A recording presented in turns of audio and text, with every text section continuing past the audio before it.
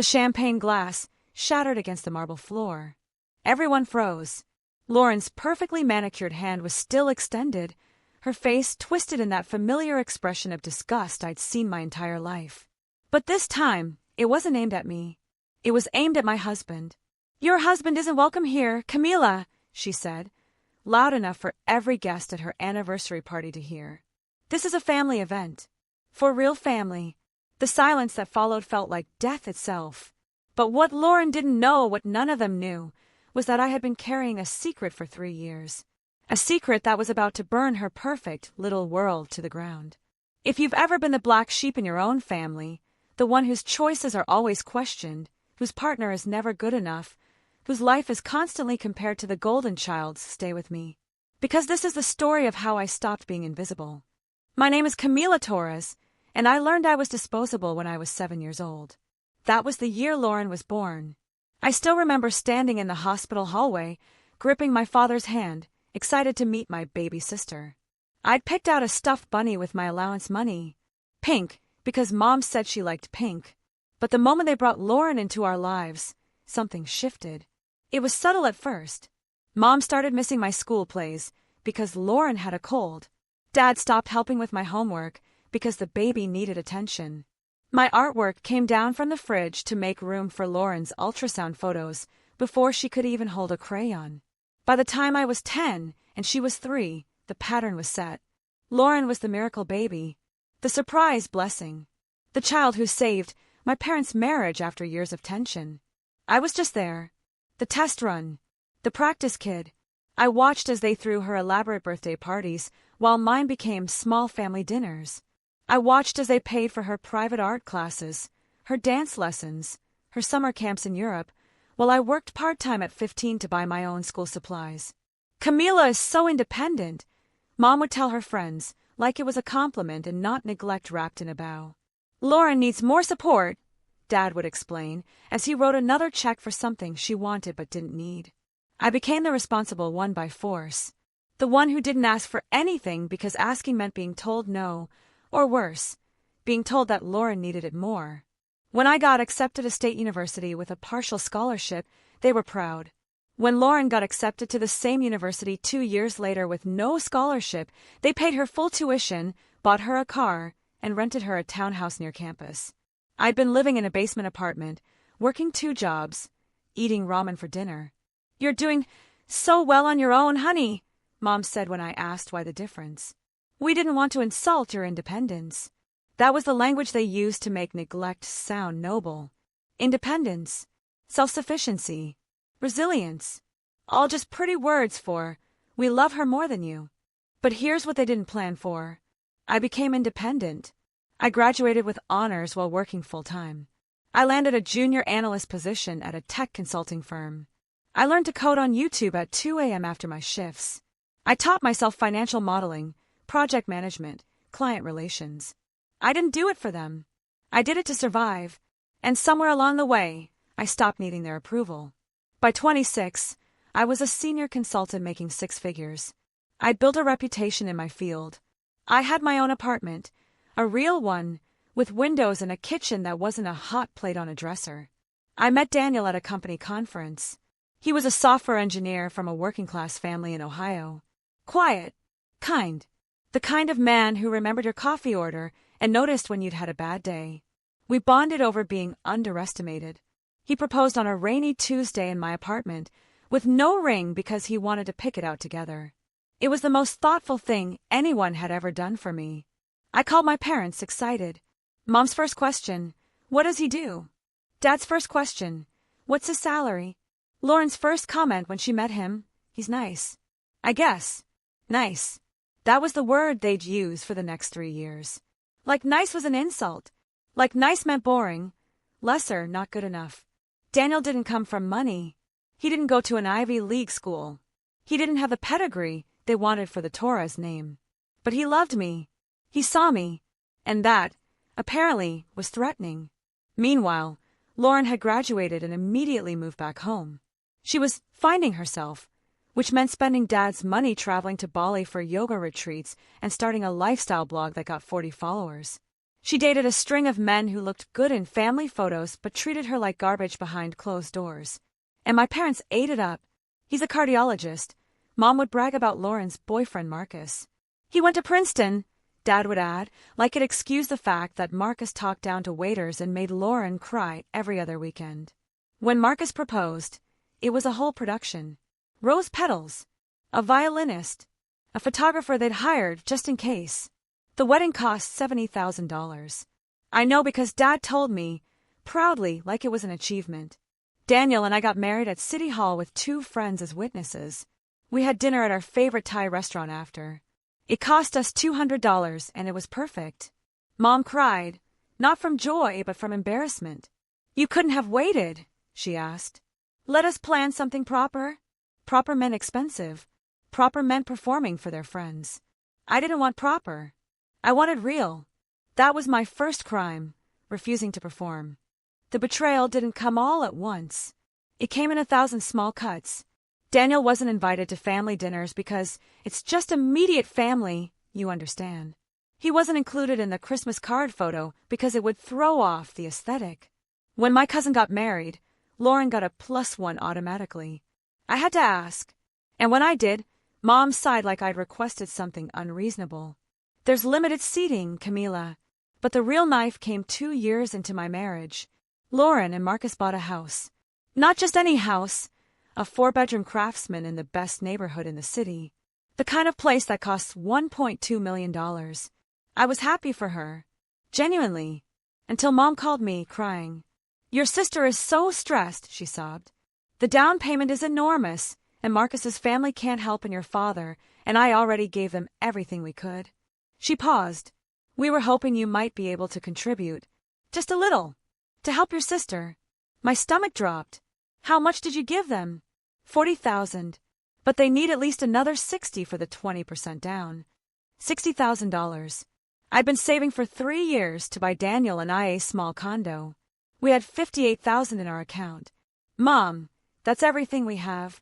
I know, honey, but you and Daniel can keep renting for a while longer. You're so good at making things work. And Lauren, she's always dreamed of having a real home. A place to start a family. There it was again. That language. You're so good at making things work. Translation, you're used to having nothing, so keep having nothing. I should have said no. But there was this part of me, that 7-year-old standing in the hospital hallway with a pink stuffed bunny, that still wanted to be seen. To be valued. To be loved the way they loved her. So I said yes. Daniel didn't fight me on it. He just held my hand and said, if this is what you need to do, we'll rebuild. We transferred $60,000 into my parents' account. Lauren moved into her dream house 3 weeks later. She posted about it on Instagram. So blessed to have the most amazing family. Dreams really do come true when you're surrounded by love. There was a professional photo shoot. Her in a white dress on the porch. Marcus behind her, hands on her waist. No mention of me. No thank you. Not even a text. When I finally brought it up at a family dinner 6 months later, Lauren looked at me blankly. Oh my God, Camila, are you seriously bringing up money at the dinner table? That's so tacky. Mom put her hand on Lauren's. Your sister didn't mean it like that, sweetie. Dad changed the subject. And I sat there, invisible again, watching them protect her from the truth. I'd given them everything, and they couldn't even say thank you. Like this video if you've ever felt invisible in your own family. The final insult came a year later. Daniel got promoted to senior engineer. It was a huge deal. More responsibility, better pay, finally some recognition for years of grinding. I was so proud of him. I invited my family to a small celebration dinner at our favorite restaurant. Lauren showed up 30 minutes late. She spent the entire meal on her phone, barely acknowledging Daniel's achievement. When I called her out on it, she rolled her eyes. Sorry, some of us have actual responsibilities. Marcus and I are renovating the kitchen. It's a whole thing. The kitchen I helped pay for. In the house I helped buy. She didn't even see the irony. After dinner, as we were leaving, Lauren pulled me aside. Can I be honest with you? She asked, in that tone that meant she was about to say something cruel and call it love.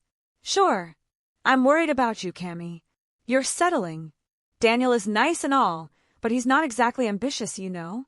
Marcus says people plateau in their careers, and I just don't want you to wake up one day and realize you married beneath you. Beneath me. She said it like it was a fact. Like Daniel, who worked 70-hour weeks and still made me breakfast every morning, was somehow less than Marcus, who'd inherited his medical practice from his father and spent more time golfing than working. I didn't respond. I just stared at her, in her designer dress, standing in front of her luxury SUV, living in a house I'd paid for, telling me I'd settled. And something inside me snapped. Not loudly, quietly, like a rope that had been fraying for years, finally breaking. I smiled. Thanks for the concern, Lauren. I'll keep that in mind. She hugged me, satisfied that she'd done her sisterly duty, and I started planning. I didn't tell Daniel at first. Not because I didn't trust him, but because I needed to know if what I was thinking was even possible. It started with a phone call to my bank. Hi, I need copies of a wire transfer I made 3 years ago. They sent me the documentation within 48 hours. There it was in black and white. Wire transfer, $60,000. From Camila Torres to Robert and Susan Torres. Memo, Lauren house down payment. I'd written the memo myself, wanting to be clear about what the money was for. My parents had transferred it to Lauren and Marcus the same day. Next, I called a lawyer. Her name was Nicole Chen, and she specialized in family financial disputes. Do I have a case? I asked, sliding the bank documents across her desk. She read through them slowly, her expression neutral. This was a gift. My parents called it a loan, but there was never any paperwork. No repayment plan. Nothing in writing. Did your sister acknowledge the debt? She doesn't even acknowledge that I gave her the money. Nicole leaned back. Without a written agreement, this is tricky. Legally, it could be argued as a gift. But, she paused, if you can prove there was an expectation of repayment, or if you can demonstrate that the family treated this as a loan in any documented communication, we might have leverage. What kind of leverage? Enough to make them very uncomfortable. I smiled. Tell me more. Over the next 6 weeks, I became a detective in my own family's life. I went through old text messages, emails, voicemails. I found a voice message from Mom, 2 months after the transfer. Lauren is so grateful for the loan, honey. She'll pay you back once they're settled. A loan. She called it a loan. I found an email from Dad. We appreciate you helping your sister get on her feet. This is just temporary. Temporary. Just. I compiled everything into a folder. Then I did something that felt dangerous and necessary. I started asking questions. Casual questions. Family dinner questions. Hey, Lauren, how's the house? You guys must be building so much equity. Oh my God, yes. Marcus says it's worth almost $1.5 million now. Best investment ever. That's amazing. You're so lucky you were able to afford the down payment. She waved her hand dismissively. Mom and Dad helped out. You know how they are. Mom and Dad. Not me. I recorded that conversation on my phone. I met with Nicole 3 more times. Each time I brought more evidence, more documentation, more proof that my family had rewritten history to erase me from it. Here's what I recommend, Nicole finally said. We send a formal letter requesting repayment of the loan. $60,000 plus 3 years of interest at a standard rate. That brings it to about $72,000. And if they refuse, we file a civil suit. It'll become public record. And given your sister's social media presence, she smiled. It'll be very public. They'll hate me. They already treat you like you're invisible. What's the difference? She was right. I'd been so afraid of losing them that I hadn't realized I'd already lost them years ago. Do it, I said. Daniel found out when the letter was drafted and ready to send. I'd been working late in our home office when he came in with tea. What are you working on? He asked. I could have lied, but I was done hiding. I'm suing my sister for the money we gave her. He sat down slowly. Okay. Camila, I've watched you shrink yourself for 3 years trying to earn love from people who don't see you. If you're finally standing up, I'm behind you. 100%. He took my hand. Burn it down if you need to. I kissed him, and then I clicked send. The letter arrived at my parents' house on a Thursday. My phone exploded by Friday morning. Mom, Camila, what is this? Why would you do this to your sister? Dad, This is inappropriate and hurtful. We need to talk. Now. Lauren, are you fucking kidding me right now? I didn't respond. Nicole had advised me not to engage until we had their official response. It came 3 days later. A letter from their lawyer, because of course they'd hired one immediately, stating that the $60,000 was a voluntary familial gift and that I had no legal standing to demand repayment. They were digging in. Good. Nicole filed the civil suit the following week. The case number became public record, and because Lauren had tagged the house in approximately 400 Instagram posts, it didn't take long for people to connect the dots. Someone posted about it in a local Facebook group, then a Reddit thread, then a TikTok. Woman sues sister for $72,000 after funding her luxury home. The story went viral in our city. Lauren's comment section became a war zone. Maybe thank your sister instead of posting your hashtag bless life. Imagine being this entitled. The privilege is loud. She deleted Instagram for 2 weeks. But here's the thing about going to court. It takes time. Months. And during those months, my family did what they do best. They circled the wagons around Lauren and made me the villain. I was uninvited from Thanksgiving. Cut out of the family group chat. My cousin's baby shower invitation was rescinded. I became a ghost in my own family. But I wasn't alone. Daniel's family, his warm, loud, chaotic family from Ohio, embraced me completely. His mom, Patricia, called me every Sunday. His dad, Jim, texted me terrible jokes. His sister, Rachel, sent me care packages with notes that said, "Fuck them, you're ours now." I learned what family was supposed to feel like, and it made me realize what I'd been missing my entire life. The trial date was set for March, but 2 weeks before we were supposed to go to court, Lauren sent me a text. "Lauren, can we talk? In person?" I showed it to Daniel. "It's a trap," he said. "Probably. Are you going to go?" I thought about it. "Yeah, I want to hear what she has to say." We met at a coffee shop downtown. She looked different. Smaller somehow. Her hair wasn't styled. She wore jeans and a sweatshirt instead of her usual designer everything. "Thanks for meeting me," she said. I didn't say anything. She stirred her latte nervously. I wanted to apologize. For what? For everything. For not thanking you. For taking you for granted.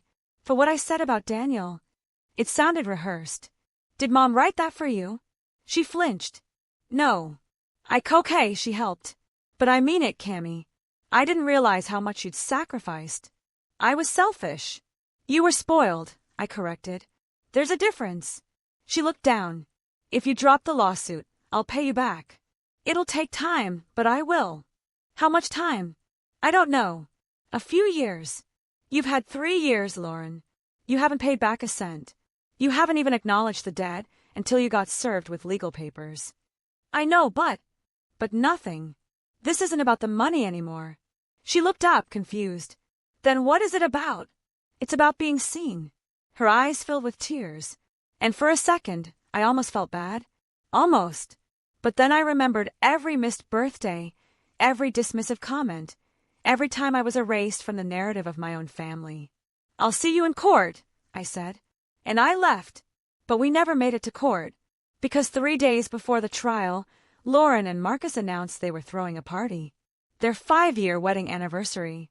A big celebration at their house. The house, with catering and live music and half the city invited. It was a flex.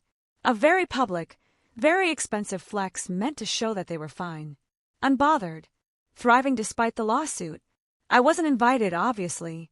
But Daniel's colleague was. Jason had gone to college with Marcus and was on the guest list. "Want me to be your eyes and ears?" he offered. "No," I said. Then I paused. "Actually, yes. But not just eyes and ears." I told him my plan. He grinned. "That's diabolical." "Is that a yes?" "That's a hell yes." The party was on a Saturday night. I spent the afternoon with Nicole, going over the final details. "Are you sure about this?" she asked. I've never been more sure of anything in my life. "Okay, then let's do it." Jason arrived at the party at 7:30. He texted me updates. "Jason, place is packed. Open bar. Lauren is holding court like a queen." "Jason, Marcus just gave a speech about weathering storms together. People are eating it up." "Jason, your parents are here." Your mom looks stressed. At 8:15, Daniel and I pulled up outside the house. My house. The one I'd paid for. We sat in the car for a moment. Last chance to back out, Daniel said. I looked at the house. The lights glowing warm through the windows. The sound of laughter and music spilling into the night. My money had bought this. My sacrifice had built this. And they'd erased me from the story. Let's go, I said. We walked up to the front door. I didn't knock. I just opened it. The music was loud. People everywhere. Champagne flowing. Lauren was in the living room, surrounded by friends, laughing at something Marcus had said. She saw me before I saw her. Her face went white. Camila, what are you doing here? The music didn't stop, but conversations did. People turned. I smiled. I'm here for the anniversary party. I wouldn't miss it. Mom appeared from the kitchen, her face pale. Camila, this isn't appropriate. Isn't it? I pulled an envelope from my bag. I brought a gift. Lauren's eyes narrowed. I don't want anything from you. Oh, this isn't from me. It's for everyone here. I turned to face the room. 50 people. Maybe more. All of them watching. Hi, everyone. I'm Camila, Lauren's older sister. Some of you know me. Most of you probably don't. I'm the one who's not in the family photos. Lauren moved toward me. Stop. I held up my hand. 3 years ago, my husband and I gave Lauren and Marcus $60,000 for the down payment on this house. It was supposed to be a loan. My parents called it a loan. They promised Lauren would pay us back. The room was dead silent now. But a funny thing happened. Lauren decided it was a gift. My parents decided it was a gift. And I looked directly at Lauren. I was erased from the story completely. Marcus stepped forward. This is not the time or place. Actually, Marcus, this is exactly the time and place. Because you're celebrating 5 years in a house that I helped buy. And not once, not one single time, have you acknowledged that. I pulled papers from the envelope.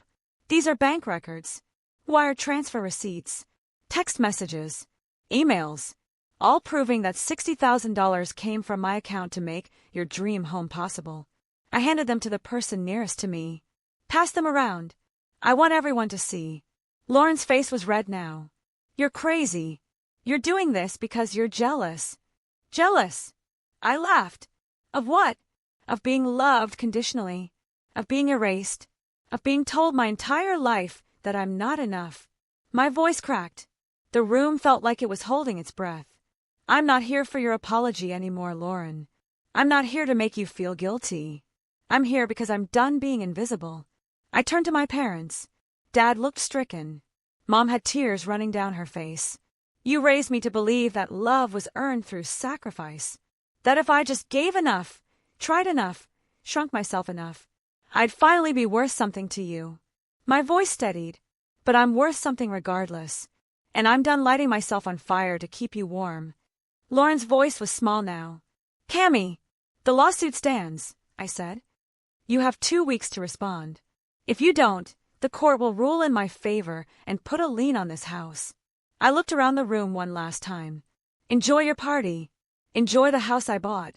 And then I turned and walked out. Daniel was right behind me. The champagne glass shattered on the floor behind us as we left. The fallout was immediate. By Monday morning, half the party guests had called Lauren out on social media. Did you really not pay your sister back? That's so messed up. How do you throw a $50K anniversary party when you owe your sister $72K? Lauren's carefully curated influencer image crumbled in 48 hours. She deleted all her social media accounts. Marcus called me, furious, threatening to countersue. Nicole laughed when I told her. Let him try.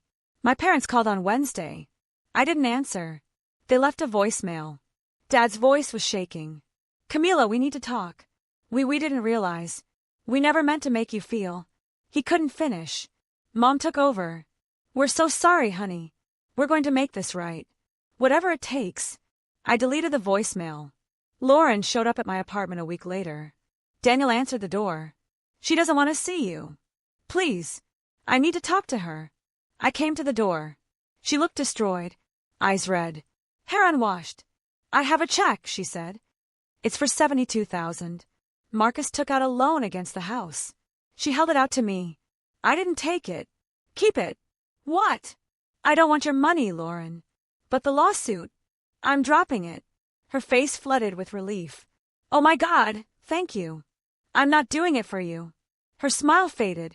I'm doing it because I realized something. I spent 30 years trying to earn love from people who were never going to give it. And I'm done. I'm done performing. I'm done shrinking. I'm done setting myself on fire to keep you warm. Tears ran down her face. I'm sorry. I'm so sorry. I know you are. But sorry doesn't undo 30 years of being invisible. I stepped back. I hope you have a good life, Lauren. I really do. But it's going to be a life without me in it. I closed the door. 6 months later, Daniel and I bought our own house. It's small. 3 bedrooms. Needs work. But it's ours. Paid for with our money. Built on our sacrifice. Filled with our love. Patricia and Jim helped us move in. Rachel painted the guest room. Jason brought pizza and beer. We had a housewarming party with 20 people who actually loved us. No champagne glasses. No performances. Just real, messy, beautiful family. I still think about Lauren sometimes. About my parents. About the life I left behind. And I feel nothing. Not anger. Not sadness. Just peace. Because I finally learned what they could never teach me. You don't earn love by disappearing. You earn it by showing up as exactly who you are. And if people can't love that version of you, they never loved you at all. Sometimes the best revenge isn't destroying someone. It's building a life so full, so rich, so complete, that you forget they ever had the power to hurt you.